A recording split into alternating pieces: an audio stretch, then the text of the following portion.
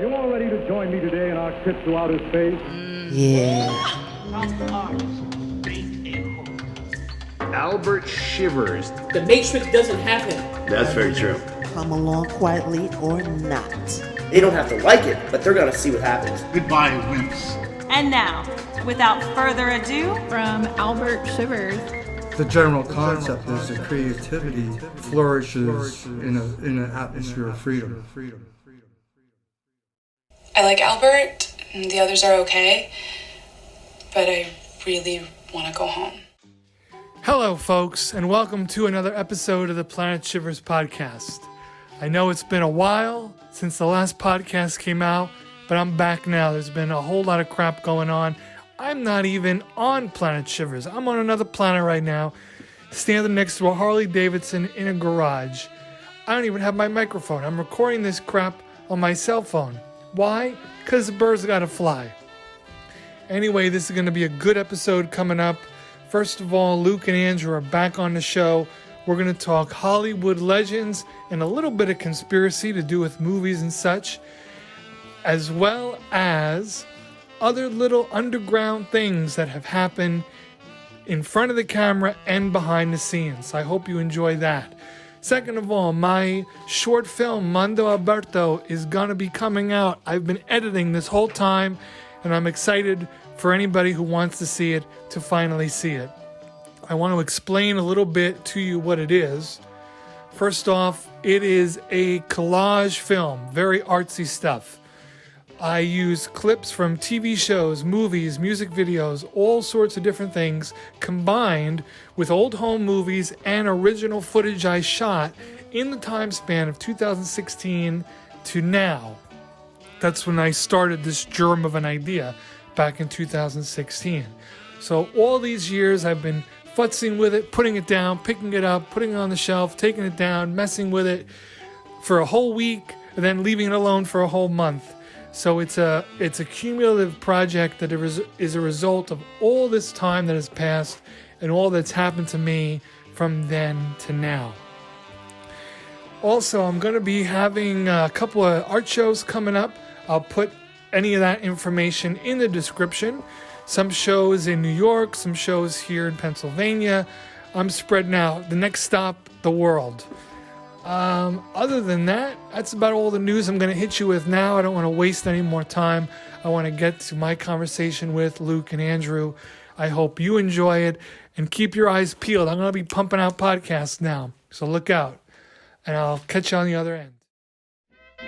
Come and eat at Alberta's Pizzeria, the only place for authentic Italian Jewish cuisine, home of the only Grandma Yetta pie, the best kosher pie this side of the Wailing Wall. Plus, we cater birthdays, sweet 16, bar mitzvahs, bat mitzvahs, baptisms for the goys, and we offer free sausage topping for any bris. Alberta's Pizzeria. Pizza you'll want to eat everywhere.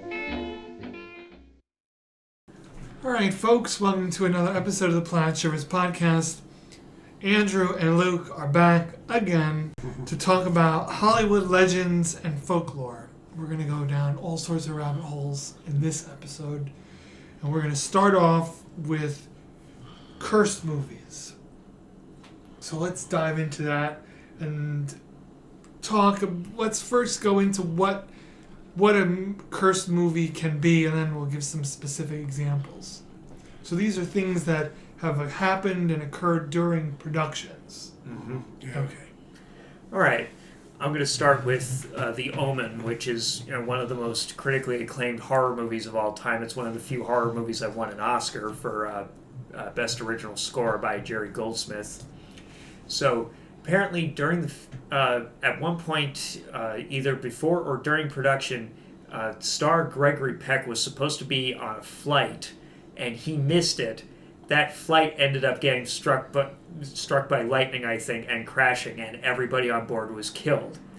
And not long after filming, in the movie, there's an infamous scene where a photographer played by David Warner gets decapitated by a falling sheet of glass. It's one of the most iconic images of the movie. not long after filming, one of the production designers, I think it may have been the special effects director, was driving somewhere, and his girlfriend was sitting in the passenger seat, and they passed a sign, supposedly a sign that said, "Oh men," like "Oh hyphen men," like that was the name of the town. 66.6 miles, i.e., the number of the beast, 666. The car crashed. The driver, this special effects guy, I think that's who it was, survived, but his girlfriend got decapitated, just like David Warner got decapitated in the movie. And this, of course, has led to speculation for years as to whether or not there were evil spirits haunting the set because they dared to make a movie about the Antichrist. There are, going back to, talking about films that had accidents that happened on set. The probably one of the most horrific accidents, and one of the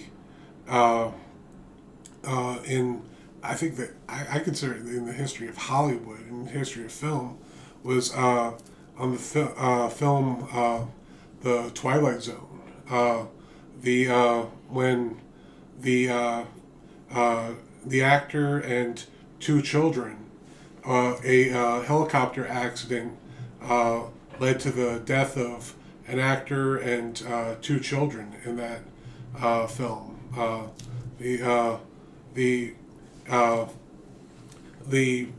were doing a scene in that was supposed to take place in a Vietnam village, and the actor was supposed to act like he's saving these two children, and a helicopter was hovering above, but there was also a storm going on at the same time. The helicopter crashed and killed all three of them instantly.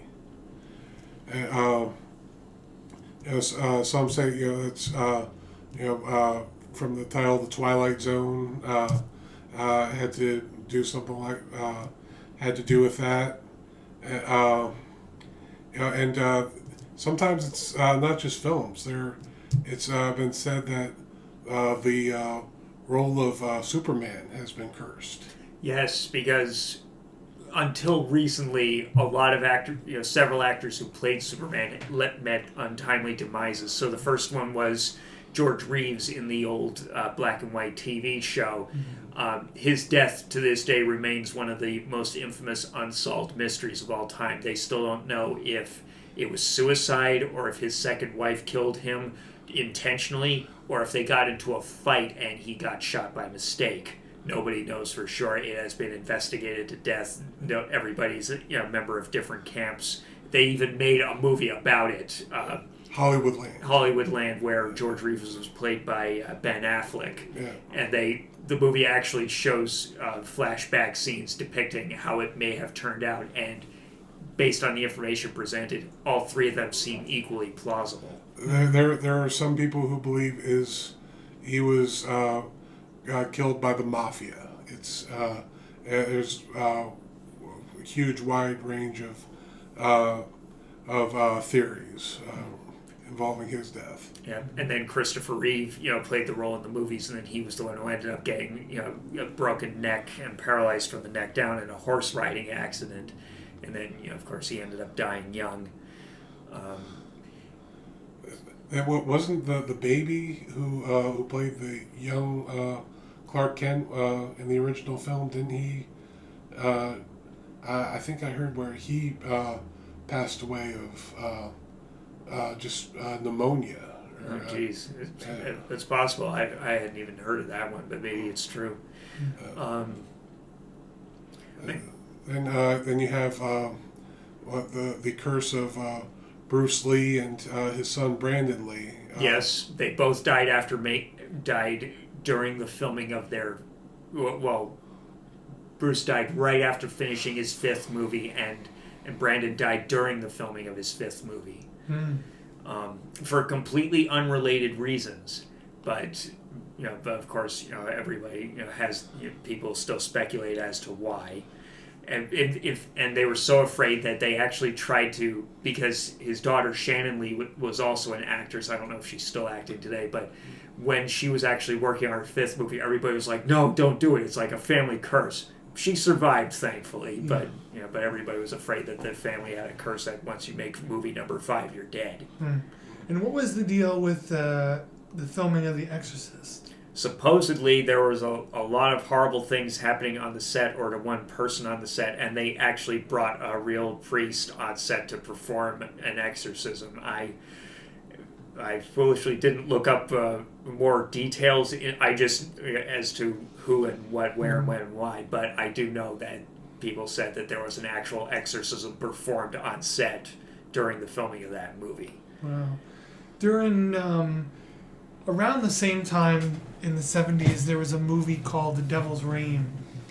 With it was actually, talking about star power, it was John Travolta's first on-screen appearance as an extra who just got thrown down a flight of stairs. But it starred Ernest Borgnine and the actor from Green Acres, the lead actor from the TV show Green Acres. I forget his name.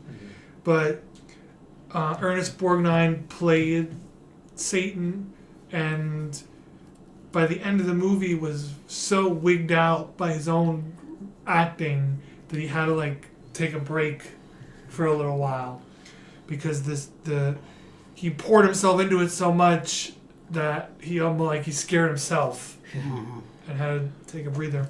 Oh yeah, instances like that happen all the time where an actor will just get so much into a role that they'll live as and not necessarily method acting.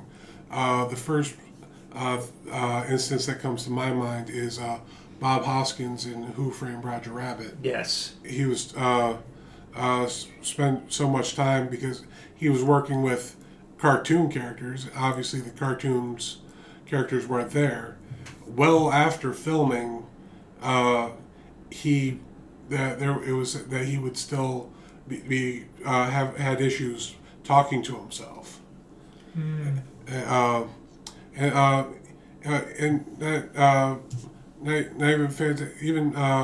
even happened to Michael Jordan doing the film Space Jam. Yeah.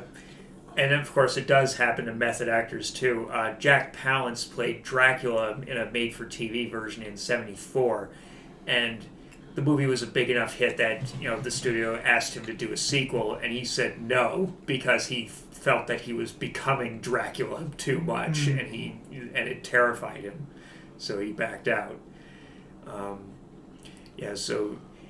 And then of course, I mean, obviously, not everybody fears this as much, but since film does have its roots in live theater, people are afraid of the Scottish play Macbeth, and that's there are all kinds of legends of all the horrible things that have happened for as long as that play has been produced live. So naturally, people are afraid to even say that name, the name of the show. They hence why they call it the Scottish play. So naturally, they're probably just as afraid to do it on a movie set, or or to even So whenever somebody actually makes a movie about Macbeth and nobody dies, that's considered a miracle. And what I wanted to bring it up, I'm sure we've covered it before, but it has to be a while ago now. The legend or the folklore of the Lon Chaney bench. Is it a bench? Or am I thinking of the wrong actor? Describe the story more, maybe. That the ghost of Lon Chaney has been seen multiple times sitting on this particular bench in some Hollywood studio. Oh yeah. Because Lon Chaney was the front runner for the role, but he died and Dracula. he couldn't get it. And Bela Lugosi. And he's been. It was believed that because it was going to take place at that certain studio, he now sits at this bench on this studio. Right. And you just reminded me another one as far as ghosts and front runners for roles. So, Mommy Dearest, which is one of the most divisive movies of all time. People either love it or hate it. Faye Dunaway accepted the role because it was a biopic of Joan Crawford, and she method acted to the point that she almost collapsed, from all the yelling that she did on set and everything. And she ended up getting a Razzie Award for Worst Actress. And she blames the director, saying, because movies, unlike theater where you do everything in chronological order, in film you do everything. You have a script supervisor like, okay, we have access to this set on these days, so we'll film every scene that takes place on this set in whatever order is most convenient. And when you do that, you really need a director to help you keep track. No. We'll do everything on a scale of 1 to 10. So today you're angry, but bring it down to like a 5, because then we're going to do this other scene where you have to be more angry, and then you'll bring it up to an 8. Instead, she did like a 10 for like everything, because they didn't have her, because the director wasn't like, no, here you're trying to kill your daughter, like by trying to strangle her. So that scene is when you should be angry. Here you're just yelling at her. Bring it down a little bit so it doesn't look like you're flatlining it. Well, anyhow, she even, not only did the movie get bashed, but Dunaway said that she was actually haunted by the ghost of Joan Crawford, probably criticizing her for playing the role so badly. And when Crawford's daughter, her adopted daughter, saw the movie, she's, bearing in mind that it was based on her book, it was her book, denouncing what a horrible person her mother was. She said, Dunaway said she was haunted by my mother. And now that I've seen the movie, I'm not a bit surprised, because she was so unimpressed with the performance. Jeez. Yeah. Because and then there are movies that people will say that was cursed, but really it was just a horrible filming experience. Like they say about the film The Shining. Yeah. With everything that went on behind the scenes with that, with the lead actress and the director. Oh, yeah. It was, Stanley Kubrick was, of course, a horrible human being, but he, conversely, he was so gentle with the boy playing Danny. Like, he said, I don't even want this kid to know he's in a horror movie, so don't let him actually see any of the scary things. I'll just direct him to act scared. But on the other hand, when he was working with Shelley Duvall, there was one scene where he made her do like 127 takes, and he was yelling at her so much that her hair started falling out. And Jack Nicholson hated working on that movie so much that 10 years later, when they asked him to play the writer Paul in Misery, which was also based on a Stephen King story, even though it had a completely different director who was probably not nearly as bad to work with, he's like, I'm not doing another Stephen King movie, no thanks. So what made Kubrick so difficult to work with? I think what I think it was is that the man was very bad at, he wasn't an actor's director. He had a very specific vision, and he didn't know how to communicate that vision to his actors. So he did the next best thing, which is a horrible thing, and just made them do takes after takes after takes until he got the performance he wanted. And he would do it to the point where he had these old veterans like breaking down in tears, like, "What do you want? What do you want me to do differently?" And all he could say was, "Just do another take," and because he couldn't specify, what he wanted. Yeah, what he wanted, what objective to chase, or what tone he wanted to go for, or no, I want you to play off this other actor, or I want you to change your motivation a little bit, or you're being too intense here, I want you to bring it down. He didn't know how to articulate what he wanted, so he would just make them do takes and hope that they would experiment and try everything until they gave what he wanted. One of my favorite, and I don't know if this is true or not, but when he did Spartacus, yeah, I heard, Kirk Douglas, was not only the lead actor, but he was also a producer, and he would be taking the script for rewrites constantly to Dalton Trumbo, who was actually blacklisted at the time, and Trumbo would say to Kirk Douglas, another rewrite? And he said, unfortunately, because I've never had a director who was a bigger pain in my ass than Stanley Kubrick. Yeah. Actually, one of the few instances of an actor standing up to Kubrick and getting away with it, and it's not from an actor you would expect, somebody who absolutely did not have star power at the time. A young David Prowse, who's best known for playing Darth Vader in costume, when they did A Clockwork Orange, Prowse plays, this bodybuilder assistant to this guy who gets, to this writer who gets paralyzed from the waist down. This guy that Malcolm McDowell's character assaulted and really hurt earlier in the film. There's a scene where Prowse, this bodybuilder, has to carry this guy in a wheelchair down a flight of steps.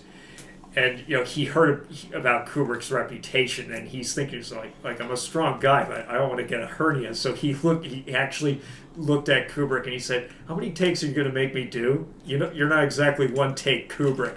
And everybody on set went dead silent, like, oh my God, Kubrick's going to kill him. And Kubrick shockingly laughed and said, don't worry, I won't make you do more than 3 takes.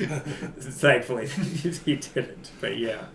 The thing, then you hear that about him, and because you know the horror stories about him, but then you hear stories about directors that you admire, and then it just breaks your heart when you hear it. Like I just want to the thing that really hurt me, because I admired his. I still do admire his film work. But I've lost my admiration for him, Alfred Hitchcock. Yes, Okay. because of the birds. Yeah, well, because of Birds and because of Psycho. I think the actress who was stabbed in the tub or stabbed in the shower. Yeah. She said she couldn't even take showers anymore after that, because he actually went and did the stunt, was trying to stab at her at one point, during the filming of Psycho. Then with the instance with Birds. Yeah, he actually had Tippi Hedren. He wrote in this scene where she goes up to the attic to investigate something, which supposedly even had no bearing on the plot. Like, he was just looking for an excuse to torture her, and he had her up in this attic for 5 days straight, just sending real birds to attack her, because with the special effects technology they had at the time, they couldn't do CGI, or puppets would have looked really fake or anything. So he just put her up in there and just kept filming her fighting these birds and getting bit and clawed to death. And so, the rumor, we don't know, we've heard different versions of whether or not this is true. Some say it was because he was one of those perverts who would only cast lead actresses if they agreed to sleep with him, and she refused to sleep with him. So he's like, okay, I'll cast you, but I'm going to make you regret not giving me what I want. And that's why he tortured her. That's another, because it's believed that, or if they didn't sleep with him, or if they didn't do what he wanted, he would kill their career. Yes. We talk about star power and flexing that muscle. He would, you do what I say, or you're never heard from again. And in that case, that was definitely true. I think they did The Birds and then Marnie, I think, which I haven't seen yet. And then that was pretty much the highlight of Tippi Hedren's career. She's kept working, but she never did anything of nearly as the kind of notoriety that she did when she worked with him. Oh yeah, and even the instance where he blamed Vertigo's poor box office because of Jimmy Stewart's age. Yeah.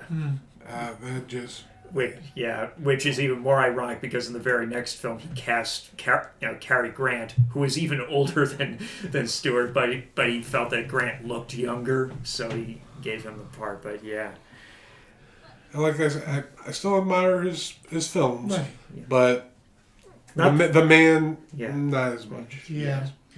It's hard, and this is probably a whole nother topic, but there are times, especially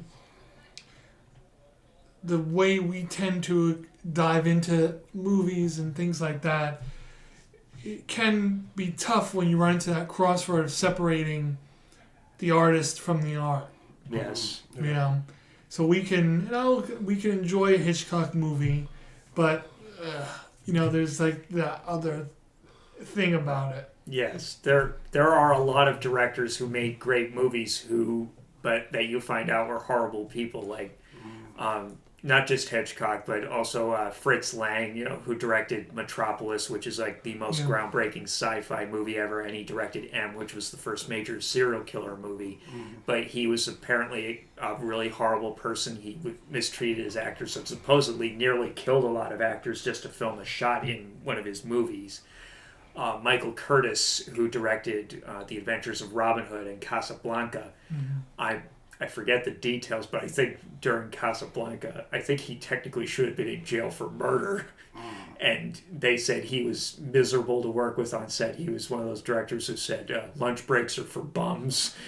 The actors all hated him and never wanted to work with him again after that.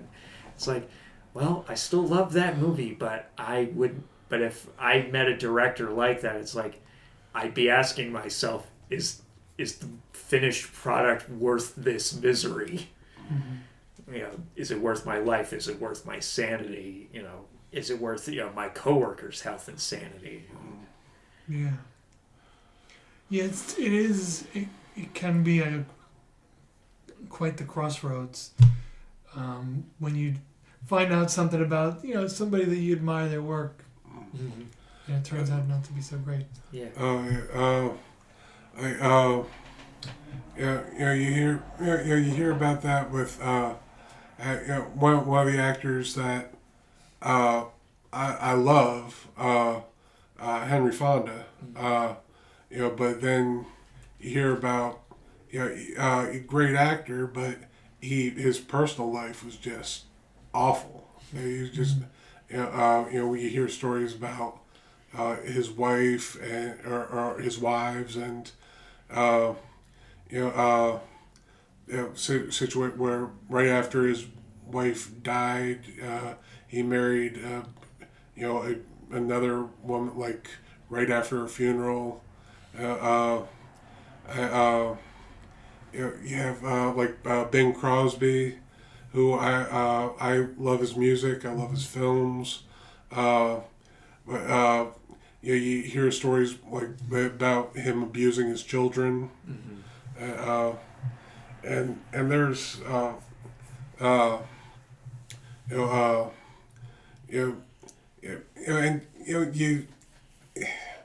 you don't want even Frank Sinatra. I love his music, love his movies, but the man was married 4 or 5 times, and he would married Ava Gardner, then said that she was the love of his life, still cheated on her with groupies. I mean, it's just, I think, when you think about things like marriage, especially going back to the golden era, like some of those guys, and women too, you think about Elizabeth Taylor. Some of them I just think were not marriage material. Yeah. That's why, people say about Leonardo DiCaprio, oh, he's so good looking, he's so handsome, why isn't he married? Why isn't he married?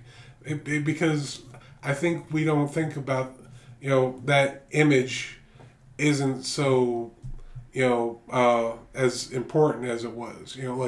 A leading man can be single and back in the golden era, I think it was important that a man had that, house with the wife and the kids, all American look. Mm-hmm. Back in like the 50s and 60s. I feel like now it's probably the opposite, because if, just to use your example, if Leonardo DiCaprio is single, it just puts more like, there was a story, this is very different than Leonardo DiCaprio, but there was a guy who was on American Idol, a singer.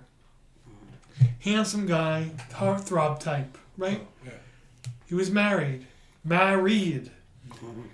And they had him hide his wife, keep his wife out of the spotlight, because it's more marketable if he's attainable in the minds. Mm-hmm. Same thing of like, if an actress is single, somewhere in the male mind she's attainable. She's single. And so they'll try to do that too, because it's more marketable to be single, because in the minds of the audience, male or female, there's some, realism and logic tells you that there's little to no chance, but the fact that there's one little sliver of a chance might put your butt in that seat, and that's one more ticket sold. Yeah, and there are instances where it definitely goes too far, and and especially to the detriment of mental health. I hate using this as an example because it's not his fault, but Jackie Chan had, I don't know if this is still true today, but back in the 80s he had like an all-female fan club in China. One of them actually committed suicide when she found out he was married, and another one attempted suicide but was rescued at the last minute. So yeah. And they're like going back to how they're employees. These actors are employees, and they all have to sell the movie and everything. Mm-hmm. They're kind of like airline stewardesses. They have to protect. They have to have this image of attainability, and that's what makes how they sell the film. Even going into music. Years ago when Michael Jackson was child performer with Jackson 5. They wanted him to say that he was 6, not 8, because he was cuter at 6 than he is at 8. Yeah. Yeah, because they wanted them to think that it was a 6-year-old singing to him, not an 8-year-old. Yeah. So this put in another folklore story. This is one of my favorites. That has to do with the honeymooners. Mm-hmm. So, in the beginning, the honeymooners was just a sketch that took place on the Jackie Gleason show. It wasn't its own show. Mm-hmm.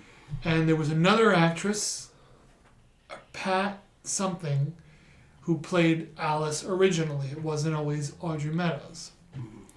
So this original actress that played Alice was blacklisted during that whole thing. They thought she was a commie, so she was blacklisted, and Jackie Gleason had to find somebody else. So during the casting of Alice, Audrey Meadows comes in, and her sister is a famous actress too. I can't think of her name, but I'm not sure. Her sister was married to Steve Allen, and she was an actress too. Somebody else, Meadows. But anyway, Audrey Meadows comes in to audition for the role of Alice, and Jackie Gleason tells her, "You're too pretty, you can't have the part." So Audrey Meadows goes home. She had a friend who was a photographer, and she tells him, "Come over to my apartment first thing in the morning. I'm going to get up, I'm not going to shower, I'm not going to fix my hair, I'm going to throw on an apron and start doing housework, and you just take pictures of me. And I'll show him who's too pretty or whatever not." So she takes all these photos, puts them in an envelope, mails them to Jackie Gleason, who gets them and goes, "Who is this? This is Alice." And they're like, "Jackie, this is the girl you said was too pretty." And his words were, any dame with a sense of humor like that deserves the part. And that's how she got the part of Alice. Nice. So that's one of my favorite stories. For doing favors, did you want to do yours next? Or? I just thought of something else. So, somewhat tying into what we were talking about, how we respect these artists and everything until and the art that they produce, but then we learn these horrible truths about them, because we have them up on these pedestals. Sometimes the stories are put on a pedestal, and then you find out, oh no, that's not what really happened. And two examples I thought of off the top of my head. One is the infamous alleged feud between Sir Laurence Olivier and Dustin Hoffman during the filming of Marathon Man. So apparently, one day during filming, what really happened was, Hoffman showed up on set, hungover and complete and tired and everything, and Olivier's what's going on, and Hoffman said, "Oh, I'm going through a really messy divorce, and I've been up partying, the past couple of nights." And Olivier looked at him and said, "Try acting; it's easier." In that context, meaning it's just bury yourself in your work, focus on your work, and that'll be more therapeutic than giving yourself a headache. Mm-hmm. But people to this day have taken that story out of context, and they, bearing in mind that Olivier was very classically trained and Hoffman was very method, they think what happened was that Hoffman was doing a scene where he had to look tired, and instead of acting it, instead of pretending it, he just stayed up late and deprived himself of sleep for several nights until he was barely conscious. And Olivier looked at him and said, "Try acting, it's easier." And I think the reason that this fake folk tale has persisted all these years is because people are fascinated by this ongoing rivalry between classical acting and method acting, especially all the publicity that method actors get for throwing themselves into the role and treating their co-stars like dirt and always being in character and everything else. And it's, even though it's not what really happened between Olivier and Hoffman, it seems like the kind of thing that could have happened, and that's why they love the story so much. And the other story I was going to mention, which has since been debunked, rumors persist to this day that there was an intense rivalry between Bette Davis and Joan Crawford, which really climaxed when they did their one movie together, Whatever Happened to Baby Jane. Mm-hmm. There are rumors that they were always, even though they worked for rival studios, supposedly they were always competing for roles. They always hated each other. They always had horrible things to say. And then they do this movie together. They probably got forced to do it together because they hated each other. And there was a scene where Bette Davis had to kick Joan Crawford, and supposedly she kicked her for real, and because she could get away with it, and she apologized, but not really. Crawford's husband had just died, and he was like the president of the Pepsi company. So out of spite, Betty said, "I want a Coke vending machine on set just to stick it to her husband." And then there's a scene where Joan's supposed to be unconscious, and Betty's supposed to lift her out of her wheelchair onto something else.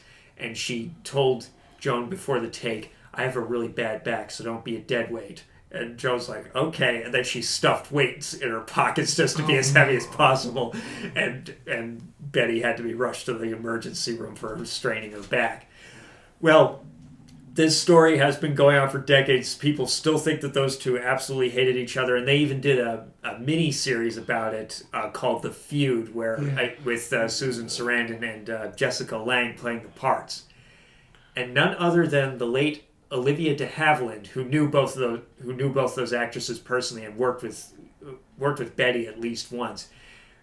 She was still alive when the mini-series came out, and she's like, "This is a load of bull." And she explained, there was never any rivalry between the two of them. It's not that they liked each other, but they didn't hate each other. They worked for completely different studios, so they weren't competing for the same roles because they didn't make any of the same movie. They didn't try out for the same movies because they weren't working for the same studios.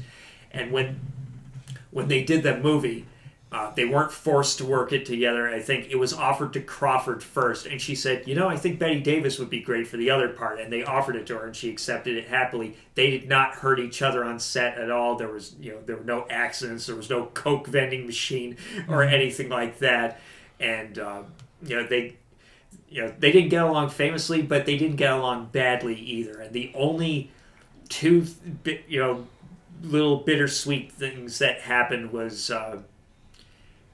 One was after filming. They were doing an interview where Betty cracked a joke that that somebody wanted 2 old hags for the movie, and after the interview was over, Joan was like, "Never call me an old hag again."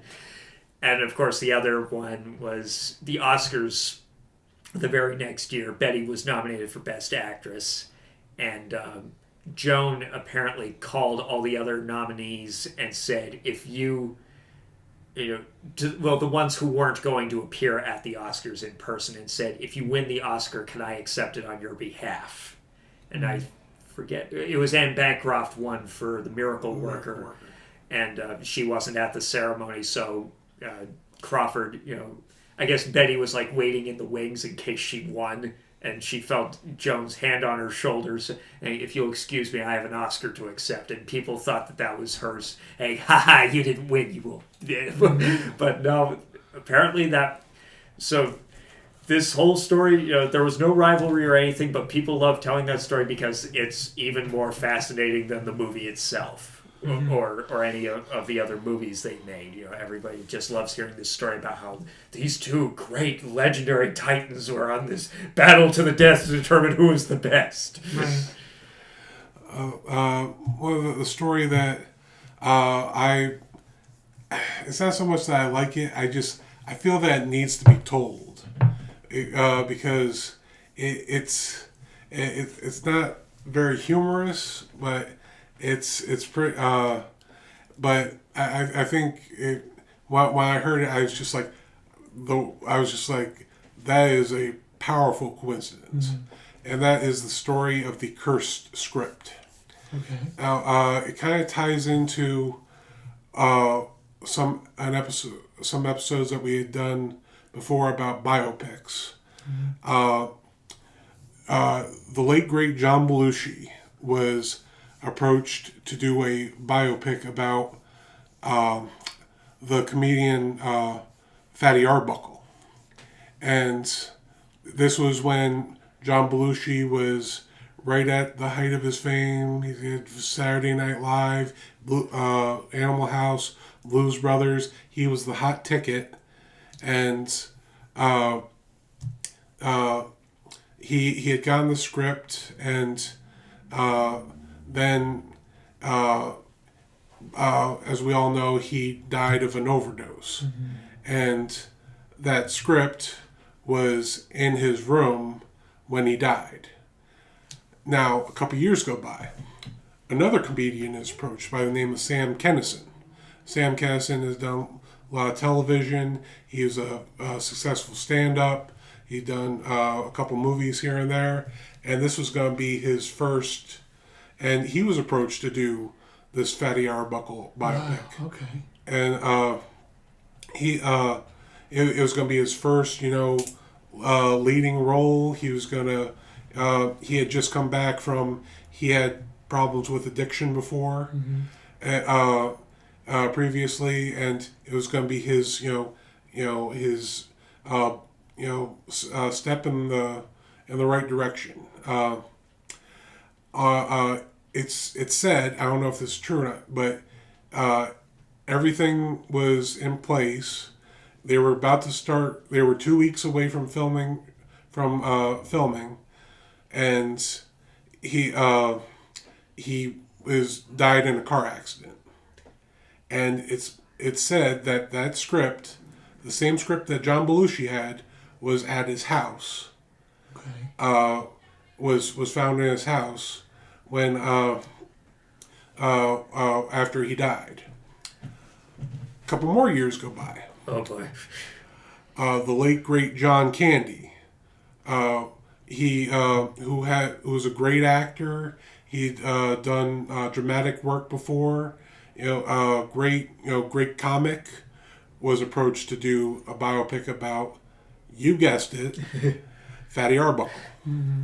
And while he was, when he was approached to do the film, he was filming Wagons East, and he died of a heart attack on the set of that film. And in his trailer was the same script that was given to John Belushi and Sam Kinison. Now, whether he had officially accepted the part, I don't know, or if he was just in talks to play the part. A couple more years go by. The late great Chris Farley was approached. I don't know this story, but I knew he was coming.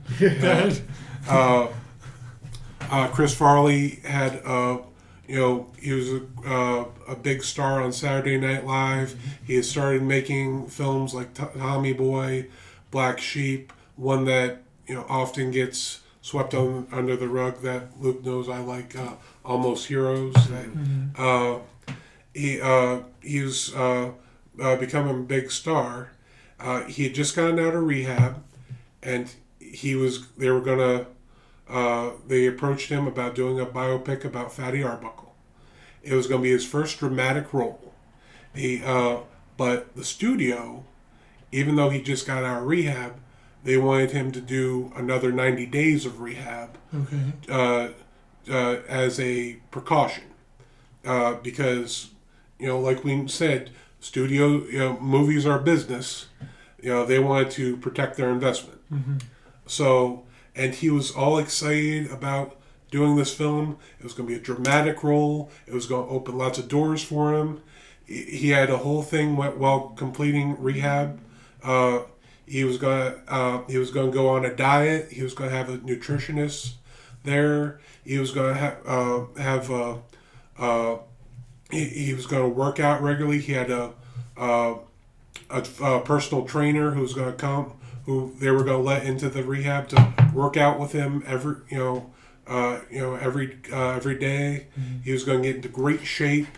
He was going to be clean and sober, but like every addict, before you stop doing what you've done, you want to indulge in everything you do. So the night before he went into rehab, he went to every restaurant, bars, he ate, he drank, he did every kind of drug, and he died in the hotel. The night before, and he was found by the person who was going to take him to rehab, and in that hotel room, a copy of this biopic about Fatty Arbuckle. The same one that was given to Belushi, that was given to Kinison, that was given to Candy. A couple more years go by. Another comic actor. This script's got a body count. Wow. By the name of Phil Hartman, who was also a huge star on Saturday Night Live, great comic, a great voice actor. He had done some films, had done television. He was approached to doing a biopic about Fatty Arbuckle.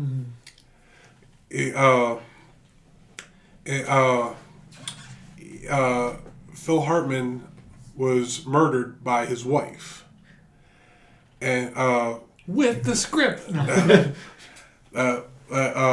He was killed she killed him with a shotgun. Mm-hmm. And in his room, when they found him, there was a copy of a script, a biopic about Fatty Arbuckle, the same script that was given to Belushi, that was given to Kinison, that was given to Candy, that was given to Farley, that was given to him. And to this day, whether or not that film is still planning on being made, whether it got made, I have no idea. Wow. Holy smoke. So, just to illuminate it a little bit more, So Fatty Arbuckle was a comedic actor. In the silent era. In the silent era. He was also a great mentor to people like great silent Buster actors Keaton. like Charlie Chaplin, Buster Keaton. Buster Keaton actually defended him in. He probably did, yeah. Yeah. When everything hit the fan with that. And that's who Fatty Arbuckle was. And they were planning on making a biopic about his life. And all these great comic actors were all approached. Yeah. And then, wow, that's crazy. That's like such a long line of just... and that's why I say it's not necessarily a good story, but that's why I'm glad that's why I kind of pushed for this episode, because that's a story that not a lot of people know. I mean, you guys say you didn't. I feel it, when I heard it, I said, more people have to know this. So being that you brought him up, I just want to read something out of this book. So these two books I brought out here are Kenneth Anger's Hollywood Babylon. And they're all the legendary underground classic of Hollywood's darkest and best kept secrets.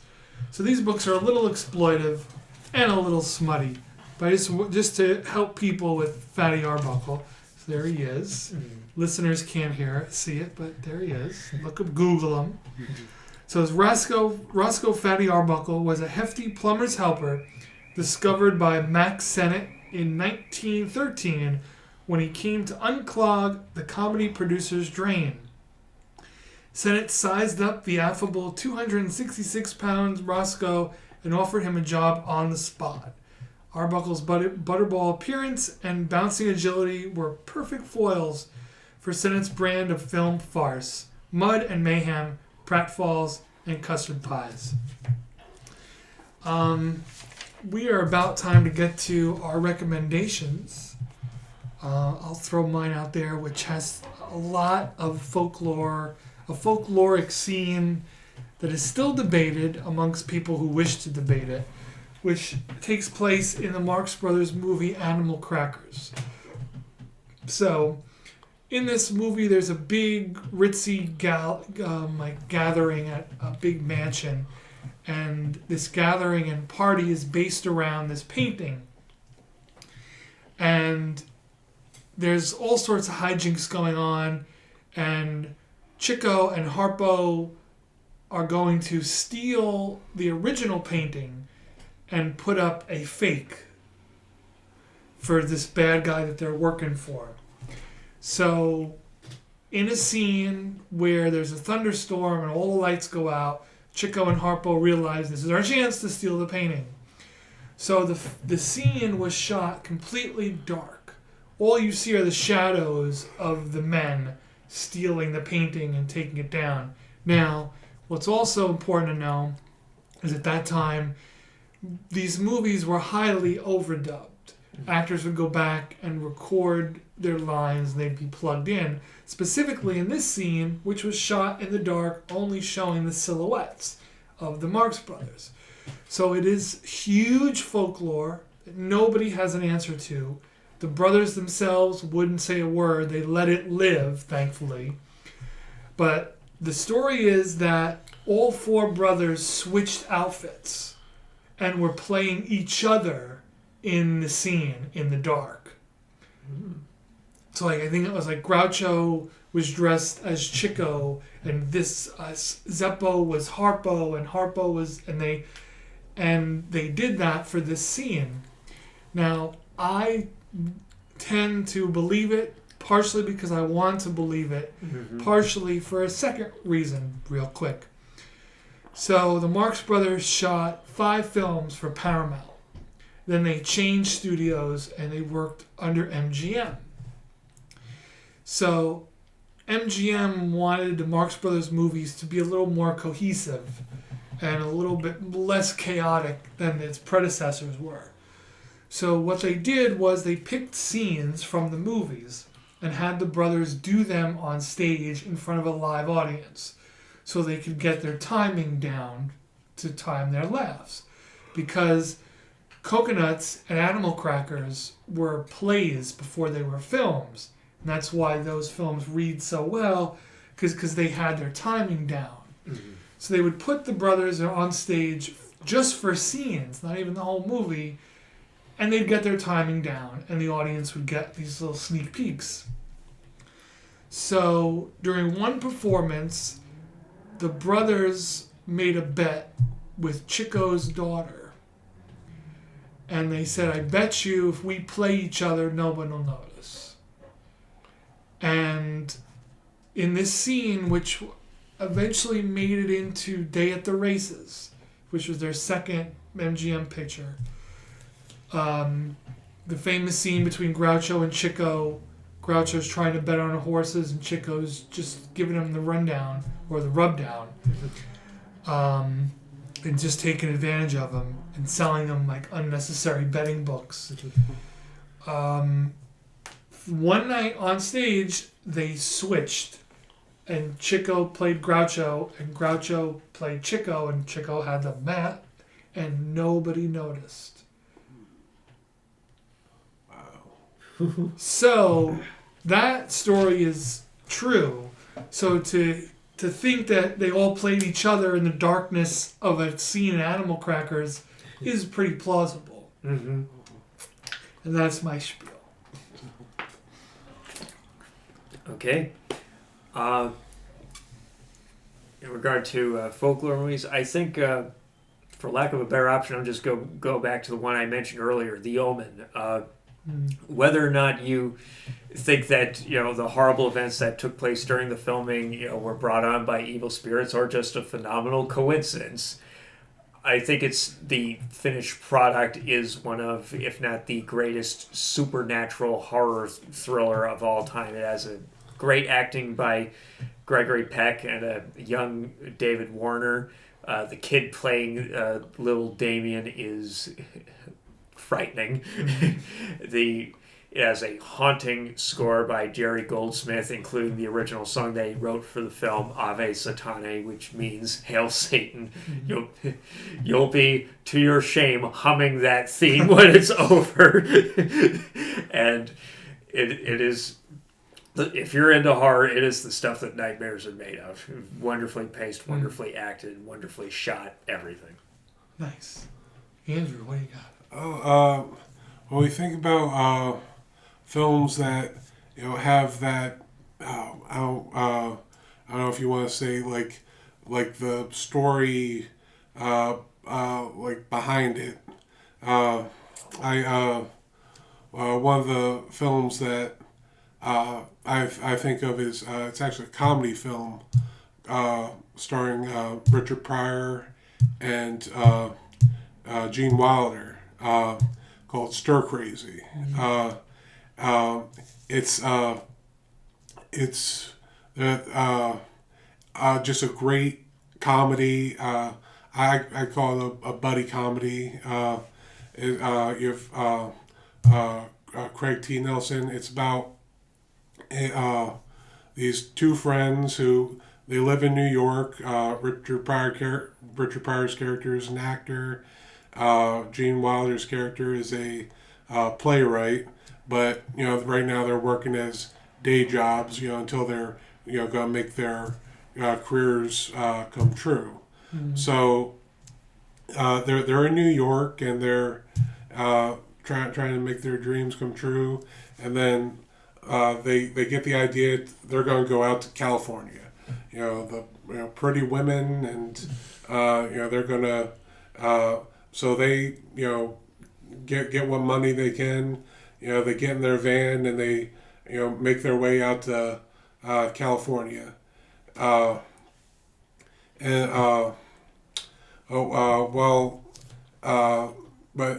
they pick up odd jobs. They pick up an odd job as a bank, and then as these like mascots. And while they're on their lunch break, two other guys steal their costumes and rob the bank. and they're in the middle of America, like along the Bible Belt, where you rob a bank is just as bad as committing a murder. They get sentenced to life in prison, and hilarity. But getting into the stories behind the stories, there's just so many about how Richard Pryor was there. They would say he would go off and like they were supposed to. They would call him, because he was running late, and he'd say, "Oh, I'm in Las Vegas. I'm in. I just got married." They would have to bring him. They would have to go get him back. The company's lawyers would have to get the marriage annulled and all this stuff, and just all the added hijinks that he brought into the film. There, it was said that during like one of the final scenes that it was believed, and Richard Pryor, and whenever you hear Gene Wilder talk about Richard Pryor, they only did like 3 films together. So they weren't like a comedy team or anything, but they worked well together, and this film is just but you hear so many stories about Richard Pryor filmed the scene under the influence, or Richard Pryor improvised this, just all the added stories from what happened. But I think it was actually they made like a short film like of all the things that not just on that film but all the films that he worked on. Yes, it's 1980s film, Stir Crazy. Highly recommended. Great comedy. Yeah, very good. Yeah, it's one of the good ones that they did together. Oh yeah, definitely. I usually rank that on some of my favorite comedies. Me, I don't blame you. Yeah. And it was the similar problems that wouldn't let Mel Brooks cast Richard Pryor in Blazing Saddles. They let him be the writer, but he had too much of a wild reputation for the studio to be like, all right, you can cast him. Yeah. So yeah, that's about it for this episode. But before we end, I want to say something a little off topic, but I was thinking about it earlier today. And this is by no means our last podcast, but I was thinking about this earlier today, is that I got involved in theater at ESU in 2012 is when I got very heavily involved in theater. And here we sit in 2022, and we're still friends, and we're still hanging out, and we're still talking movies, and I'm just very happy about that. And I want to let you guys know, and I'm very glad that we have been able to chronicle these conversations, which we were having back then. But I'm glad we're able to chronicle them now on this podcast. So thank you guys both for coming on every time you've come on, and for the future times coming on, because I'm glad to still have you guys around. Of course. We feel the same way, because there are, you hear about all these with all those urban legends we were just talking about. There's so many actors you hear about. Oh, they went to the same school together. They went to Yale Drama together. They went to Juilliard together. They were classmates. They were roommates. Whatever. But how often do they get to work together? How often do they get to actually be friends together? So we're lucky in that regard. Exactly. I agree. I agree wholeheartedly. There's no two people I'd rather talk films with or be able to call my friends. And all those days back in ESU, I think we agree we didn't learn everything we wish we learned there, but at least we made some great friends. I agree. So that makes me happy too. So cool. Thank you guys for doing this episode and all the other ones.